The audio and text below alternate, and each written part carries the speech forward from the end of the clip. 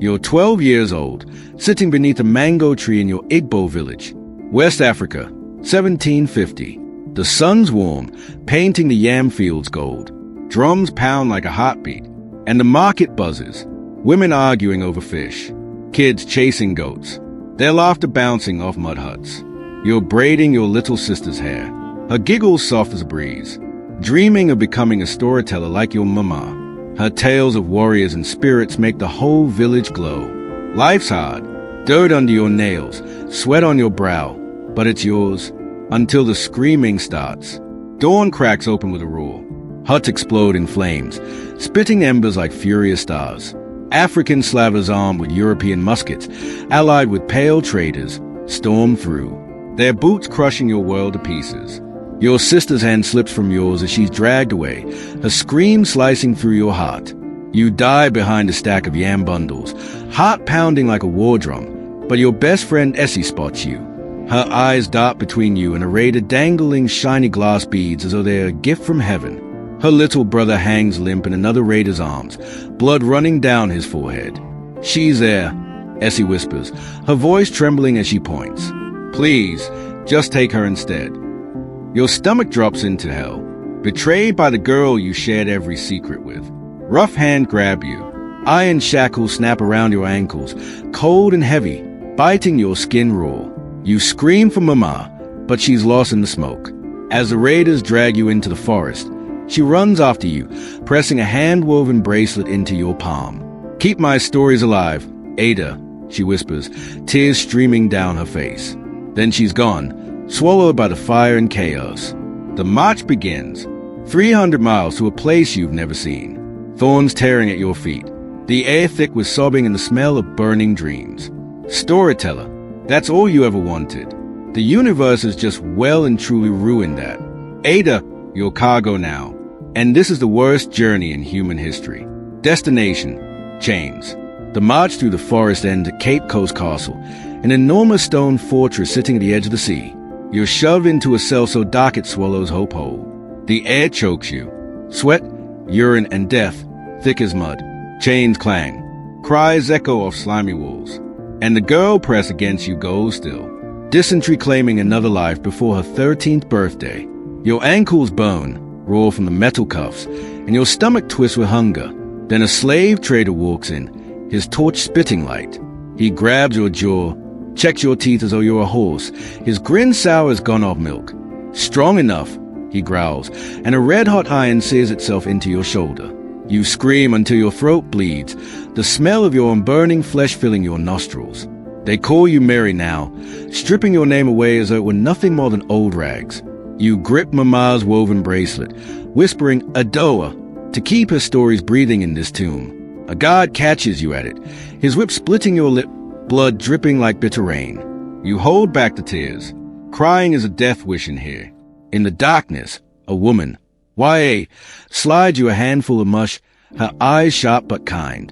We're planning something, she whispers, nodding toward a ship visible through the bars. A revolt. Your heart leaps. Freedom or death. Finally, a choice that actually means something. But then YA's hand hovers over your bracelet. Give it to me or you're not part of this, she hisses. Trust another traitor? Your gut twists. Welcome to Cape Coast Castle, where hope comes to die, and the only way out is in a coffin. You're chained in the belly of a slave ship, a wooden coffin rocking on a wild sea. The space is so tight you cannot sit upright. Your knees jammed into someone else's back. The air thick with vomit, sweat, and human waste. You can taste death on every breath. Planks creak beneath you, wet with filth, slick with fluids you'd rather not name. Above deck, women's screams pierce through the hull as crew members take their so-called privileges, stealing innocence and dignity with every passing night.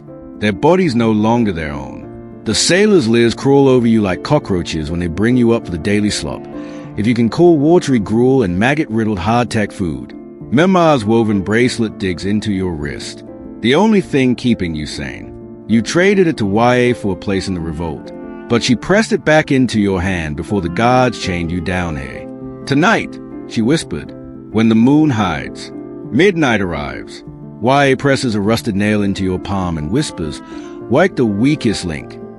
For 30 minutes you grind a nail against the iron, fingers bleeding, metal screeching softly until the chain breaks and your hands are free. You crawl through the dark, bodies shifting like a living sea. Others working their own chains loose. Some with stolen tools. Others using their teeth to knot ropes. But boots thunder overhead. The revolt begins. Shouts, fists, a stolen knife flashing. YA appears, blood streaking her face, a dead sailor's cutlass in her grip. "The deck!" she screams. But musket blasts answer her call. The crew were ready, always ready. Blood splashes across the wooden planks like spilt wine. And YA is dragged to the rail, still fighting, still screaming defiance as they throw her to the sharks. Their fins slide through moonlit water, erasing her life as though she never existed. Your spade, forced to scrub her blood from the deck under a sailor's whip, your hand shaking, stomach churning. You hum Mama's Igbo lullaby, soft as a whisper, and the sailor pauses, his whip arm dropping, something almost human flickering behind his eyes before he remembers what you are. Your voice is your blade, cutting through this hell. They call it the New World. More like a mass grave with sails and a serious hygiene problem. You're 13, stumbling off the ship into the Barbados heat, which hits like a hammer to the skull. The port explodes with chaos, auctioneers shouting prices, plantation owners circling like vultures, auction blocks rising like gallows against the Caribbean sky. They scrub you raw, oil your skin to make you shine like a prized animal. But your eyes burn from weeks of salt and tears. The auctioneer barks, fresh cargo, young, but she'll breed well in a few years. His voice sharp as a whip. Men in wide-brimmed hats appraise you with eyes like cold coins, prodding your arms and your hips. A little girl from the ship, your sworn sister after the revolt, clings to your leg, but a buyer wrenches her away. Her scream, a knife in your gut. You're alone again. Mama's bracelet your only anchor.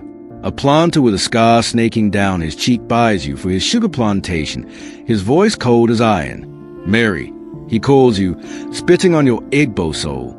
Dragged to a shack, you find a rusted nail and carve a door into the dirt floor. Each scratch a promise to remain yourself. At dusk, the planter's daughter, pale as a ghost, slips you a mango through the window slats. "You're too young for this," she whispers, pity dripping from her voice like honey. Your heart flickers. Kindness in this hell. Then she runs to her father, sobbing. She stole it. His whip cracks 5 times across your back. Each strike a lesson in how mercy is just another word for a trap. Welcome to British Barbados, where the sun is brutal. The whips are worse, and your name is merely a suggestion. You're 15, cutting sugarcane on a Barbados plantation. The sun, a blazing fist hammering your skull.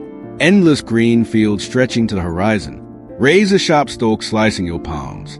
Blood mixing with sweat, dripping like red tears into Caribbean soil. 16 hours a day. Your machete swings, blisters bursting, while the overseer's whip cracks like thunder. His cruel habit of displaying a worker's lacerated back at sundown as a warning haunts you. The latest victim cries lodge permanently in your ears. 2 harvests pass, each day a blur of sweat and pain. Now 17, the planter stalks your shack at night. His rum-soaked breath, poison in the darkness.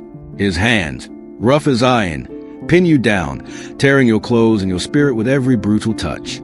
You fight, scratching and screaming, but his weight crushes your resistance, leaving scars no whip could match. Soon, a secret grows inside you. You're pregnant, a life born from his cruelty. You conceal your swelling belly, knowing a child means double chains for you and for the innocent life you died to protect. At night, in a shack reeking of sweat and despair, you tell Mama's Igbo stories to the women, your voice soothing their children to sleep. They call you sister, their trust, a spark in this hell. But the overseer hears, his eyes narrowing like a snake scenting trouble. Mary, he growls, his whip coiling, ready to strike.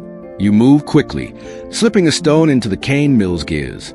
The machine shudders and stops, buying the sick a day's rest. But his boots draw closer, and you see the anger and suspicion building in his eyes. You clutch your bracelet and whisper Doa to stay strong. You're 18, your belly heavy with a child you'll never allow to wear chains. The Barbados plantation has scorched your soul, but your plan has worked. The mill has been down for weeks, giving broken bodies time to heal, time to hope. But the overseer knows. He's been watching, waiting, building his case like a spider weaving its web.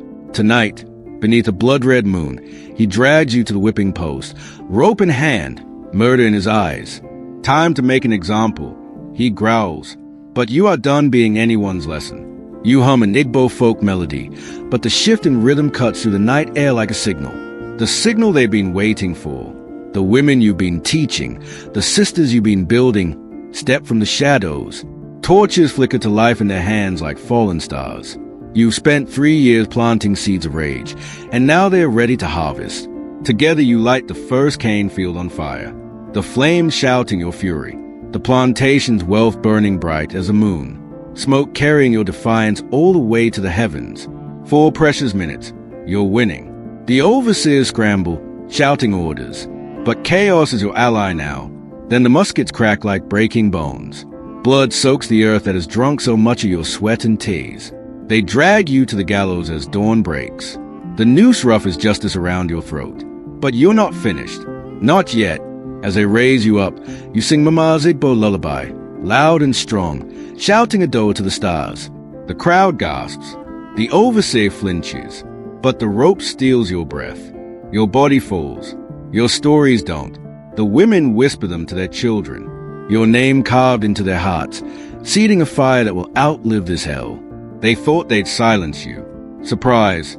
Your voice burns louder than their sugarcane. The cane fields flames fade. But you, Adoa, burn eternal. You were 18 years old, a mother who never got the chance, who defied change with stories and with fire. Your name, Adoa, echoed louder than whips, carved into dirt and into hearts, sparking a legacy that outlived the plantation scars and every chain they ever locked around your ankles. Your lullabies still hum through the African diaspora, from Barbados to today's festivals. They tried to erase you, but your voice still cuts like a blade through every lie they ever told.